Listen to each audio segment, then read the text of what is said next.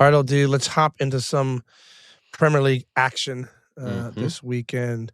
Some notable matches: Tottenham and Man City 2-2. What a game. What a game! It was. What a game. It was they're calling it a scorpion kick. It was just a wild sort of equalizer right at the death by Dominic Solanke. Mhm. Man City draw again. Arsenal, I feel like Arsenal, like they were cruising and then they hit that button and now the convertible top is down. Like they're chilling right now because obviously Villa, which I will may or may not get to, they lost. So By the way, doesn't it start to feel like this is just Arsenal's year? yeah, Like when they slip up, everyone else slips slips up. up. Yeah, Everybody else is starting to drop points more. It just feels it's a like it's gonna it's a happen. strange Premier League year. They're just all around with results. So Yeah, it is. um, It really yeah, is. yeah, it was a good game. Good game. I mean, City, what's going on at Tottenham is strange, bro. Can I ask you a question Yeah, about Spurs? tell me. So, do you remember a couple years ago with Ange when it was actually I was at this game. I was in London for some reason. I was at Spurs City. And I remember everything going around the club. The Spurs fans were actually rooting against their team because what was it? Was it because they didn't want Arsenal to win Yeah, the something like title? that. Something Yeah. like that. And it kind of feels the same now a little bit. It's Yeah, not as like pronounced, but they know they're not going anywhere. So they're like, well, we don't want Arsenal to win. sure.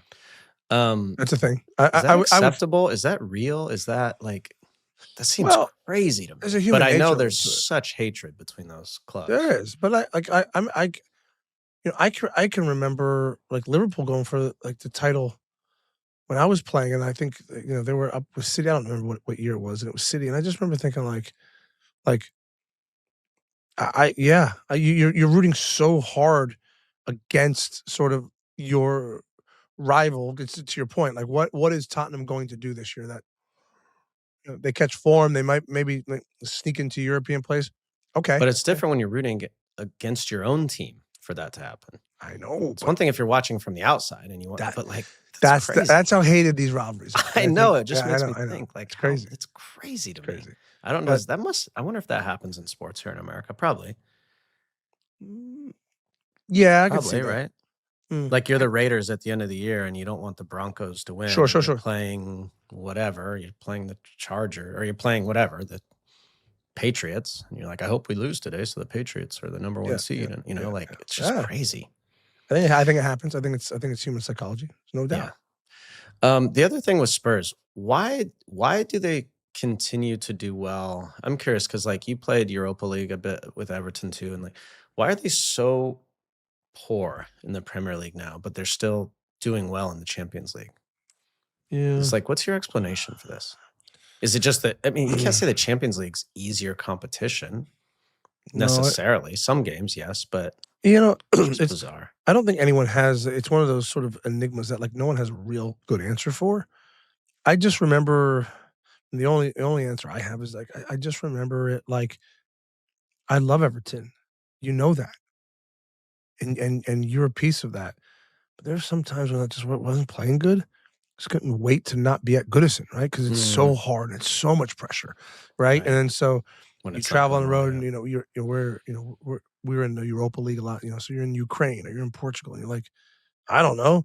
It's just you just like there's less it's hard to say there's less pressure because there always is, but it's something very tangible about, the Premier League and the expectations. If you're in a bad run of form, right? Like let's say with Everton we lost at home, right? And we're in a bad run of form. Well, when we go to Brighton the following weekend, that narrative, like, follows us, right? And so it's like it's weighing you down.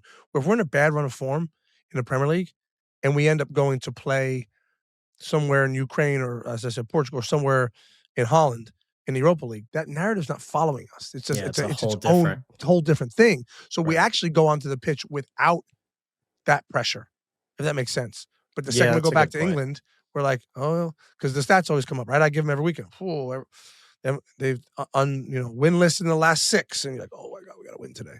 So yeah, Yeah, I don't know if it's apples to apples, but there was one of the years, I think it was '06 or '07. We were really bad with the Galaxy, really bad, but they had this tournament. I don't know what the hell they called it, Super League or something. and it was a whole different tournament during the summer, and we got to the final and lost, but it just felt like there was something exciting to play for. Like, right now, Spurs feel like whether we win or lose in the league, who cares? We're gonna finish, 14th up to 8th or ninth, and that's it. And so yeah, just maybe it's a little more I mean, exciting. and it happens like it happens everywhere. I remember before Roberto Martinez came to Everton, he took a Wigan team that got relegated in the same season that they won. I think they won the Oh, FA that's Cup right, the FA Cup, against Man that's right. City. So, Yeah, like, explain that one. right. They were terrible in Yeah. the in the Premier League, right? But so anyway, it's an interesting sort of again, it's that psychology aspect of the pressure and but we see it all the time.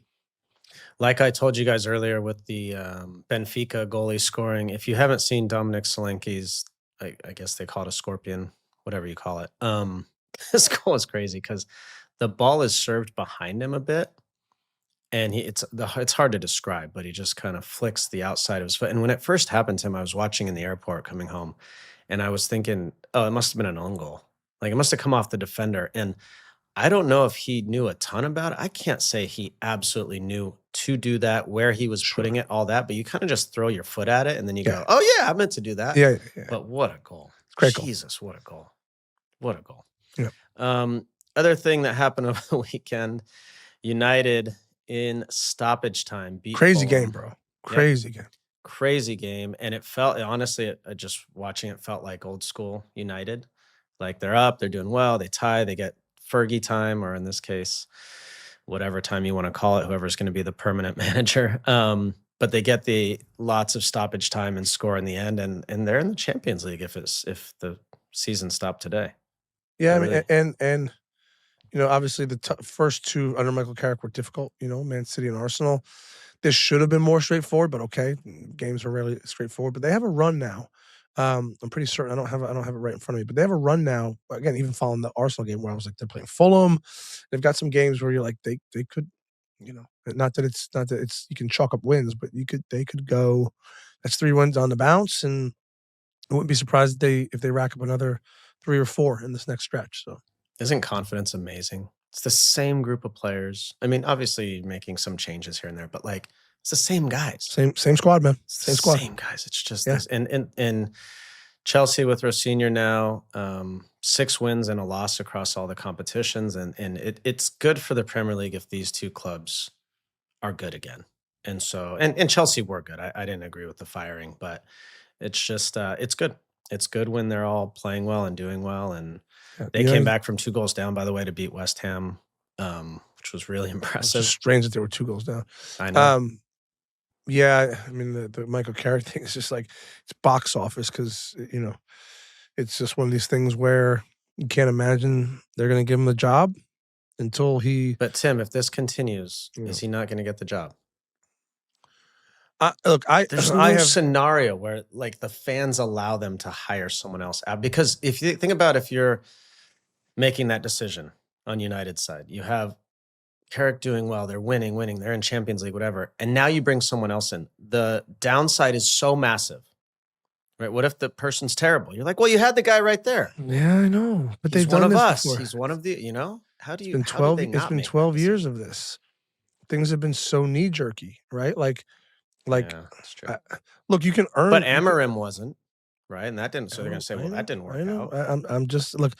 There's a couple different scenarios for various reasons because, again, if he does really well, which he started off really well, and continues, and they get themselves in the Champions League, I would say yes. He Michael Carrick himself would be able to knock on the board's door and say, guys, come on, I deserve part of this conversation. I wouldn't take that away from him. The board has to decide.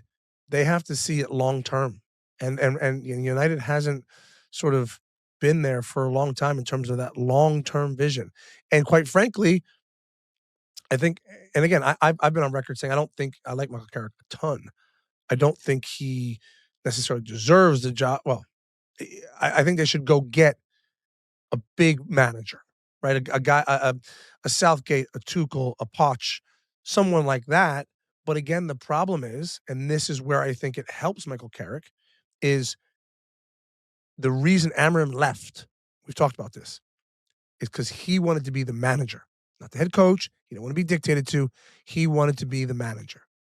And the guys that I just mentioned are not coming to a football club, To be a even as head big as Man coach. United, and go, No. "All right, you guys tell me what players to sign. You guys tell me how to play." Mhm, No. So the board will run into the same problems if they go get a bigger manager. So that might help Michael Carrick. I don't know. This might be an inflection point for Yeah. that club, right? To say, okay, we're going to go the route now that Chelsea's gone, that Brentford, that Brighton, that these clubs, or are we going to be what we've always been, which is the manager dictates? It's going to be interesting.